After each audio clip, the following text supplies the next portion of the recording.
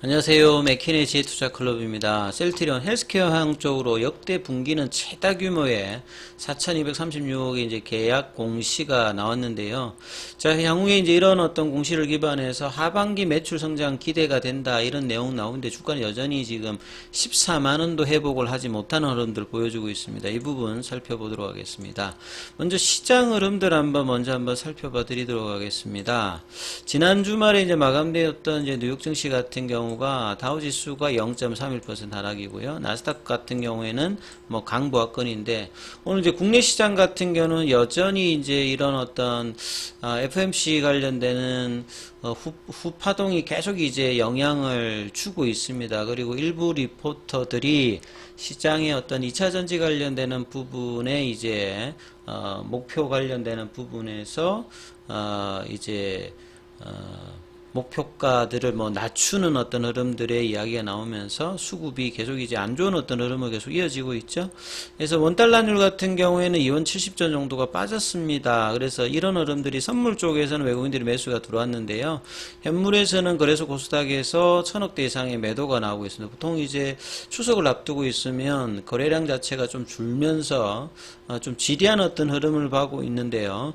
오늘 외국인들은 현물에서 오전장에 매도세가 좀 크고요.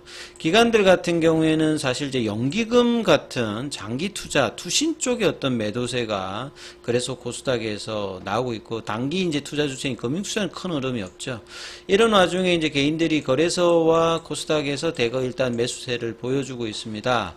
장중에 이제 코스피는 2,500선이 붕괴가 되었어요. 자, 코스닥 같은 경우에도 1.37% 하락하면서 845선까지 일단 내려갔습니다. 그래서 코스피 쪽에서는 하락 종목 수가 3배 이상 많고요. 2배 이상 많고요. 코스닥 쪽에서도 하락 종목 수가 거의 4배 가까이 많은 어떤 흐름들을 보여주고 있습니다. 이 섹터별로 보면 이제 삼성전자는 이제 일단 뉴욕 증시에서도 이제 반도체 관련되는 종목들, 엔비디아라든지 애플이라든지 이런 종목들은 좀 반등이 나왔는데 이런 흐름들을 보여주면서 반도체 관련되는 부분들은 하락폭이 크지 않든지 아니면 좀 반등세가 이제 종목별로 좀 나오고 있는 어떤 상황인데요. 2차 전지에서는 지금 낙폭이 크고 있습니다. 에코프로비언 같은 경우에는 테슬라도 많이 빠졌는데요. 테슬라가 이제 4% 후반까지 빠졌고 이 국내에서 이제 에코프로빔 비싸다.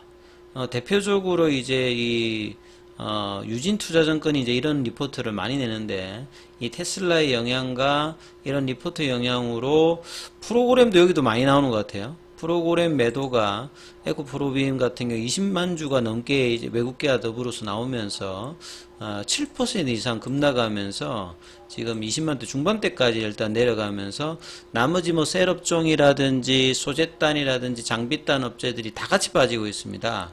그리고 이제 로봇 관련주들은 이제 두산 로보틱스 관련돼서 청약률 관련되는 부분에서 유통 주식 수가 그렇게 많지 않다. 이것 때문에 이렌시스 중심으로 상승을 아침에 조금 했던 부분이 있고요. 그 다음에 이제 이 바이오 쪽에서 이제 셀트리온 같은 경우에는 이 공시 관련되는 부분들이 이제 아침에 장전에 나왔습니다. 굉장히 이제 보통은 이제 셀트리온이 월말이나 분기말에 이제 공시 나올 때 항상 보면 장 끝나고 난 다음에 낸다든지 시간에도 아니고 이제 6시 넘어서만 낸다든지 이런 흐름이 많은데 오늘은 개장 전에 이제 단일 판매 공급 계약 체결 관련되는 부분을 낼 만큼 굉장히 이제 최근에 주가 흐름에 긍정적인 어떤 영향을 주기 위해서 간담회라든지 자사주 매입이라든지 그 다음에 오프라인 간담회 개최 그 다음에 오늘 공시 같은 경우에는 이례적으로 장전에 했거든요. 그러니까 셀트리온이 이제 단일 판매 공급 계약에서 상품 공급 관련해서 램시마 아이비제형 그 다음에 트룩시마 호주마, 램시마, SC, 유플라이마, 베그젤마 6종이 다 들어가 있습니다. 그래서 4,236억이면 역대 분기별로는 가장 큰 규모예요. 작년도 이제 매출액 대비해서는 18%고 헬스케어 쪽으로 가는 어떤 흐름인데요.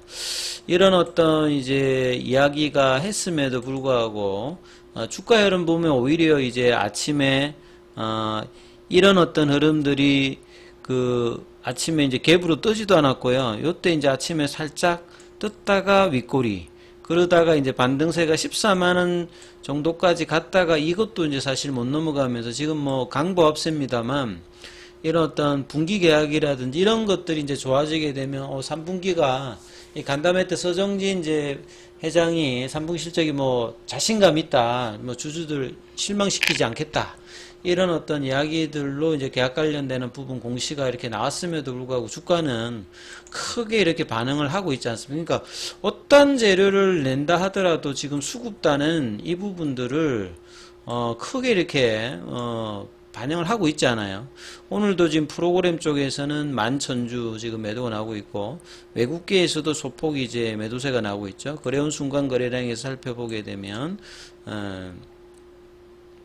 종목을 좀 보면 셀트리온 관련해서 모건 스탠리 쪽에서는 매수, 뭐 JP 모건 쪽에서는 매도, 뭐 이런 흐름들이 지금 계속 이제 펼쳐나면서 주가는 이 강보합권이죠. 셀트리온 헬스는 갭다운 양봉이고요. 셀트리온 이제 제약 같은 경우에도 뭐 큰 흐름이 없습니다. 그래서 굉장히 답답한 흐름은 14만원대를 이탈한 흐름에서 지금 연중 이제 신저가이죠. 신저가 흐름으로 이 베타 개수도 마이너스는 연중으로 진행되고 있는데 이 부분을 좀처럼 뭐 회복을 못하고 있고요. 그렇다고 해서 거래량이 또 많은 것도 아니죠. 거래량도 이렇게 제한된 흐름 속에서 굉장히 이제 수급의 압박과 이 모멘텀을 반영하지 못하는 어떤 흐름들이 계속 나오고 있어서 투자자 입장에서는 굉장히 지금 힘든 어떤 주가 흐름들을 계속 보여주고 있습니다. 그래서 내용 좀 한번 살펴봐 드리면, 셀트리온이 이제 셀트리온 헬스케어와 4,236억 앞서 말씀드렸던 공시 내용이 그 내용이죠. 그래서 뭐 램시마와 램시마 IB와 이제 SC, 유플라이마, 트룩시마, 허주마, 베그젤마, 요게 이제 프로덕트 믹스는 이제 다 들어가 있는 부분입니다. 그리고 분기 공급 계약으로는 역대 최대 규모죠. 예. 올해 상반기에도 보면 매출액 단에서는 뭐 분기로 뭐 최대 이렇게 실적에서도 뭐 나왔던 어떤 부분들이 있었는데, 이런 부분들이 주가의 연속성도 없고 크게 이게 셀트리온 입장에서는 수급을 뭐 땡기는 어떤 흐름들은 나오고 있지 않습니다. 그리고 연내 이제 테바의 편두통 치료, 요게 이제 아조비죠. 테바는 사실 이제 과거에 이제 로슈가 이제 CMO 쪽에서는 글로벌 2등 정도 하잖아요. 그리고 테바는 이제 전 세계 제네릭 쪽에서는 가장 강자인데, 이 이제 둘이가 합쳐가지고 세계 제1위의 이제 바이오시밀러 회사가 될 것이다. 요렇게 막 이렇게 방향성을 갖고 있던 회사였는데요. 근데 이제 테바는 또 셀트리온하고 이제 북미 쪽에서는 이제 직판 뭐 이전에 보면 이제 테바향으로 해서 이제 공급 관련되는 부분이 있고, 테바의 이런 이제 아조비 관련된 요게 이제 뭐 항체 관련되는 부분이 주사제로 돼 있죠. 그래서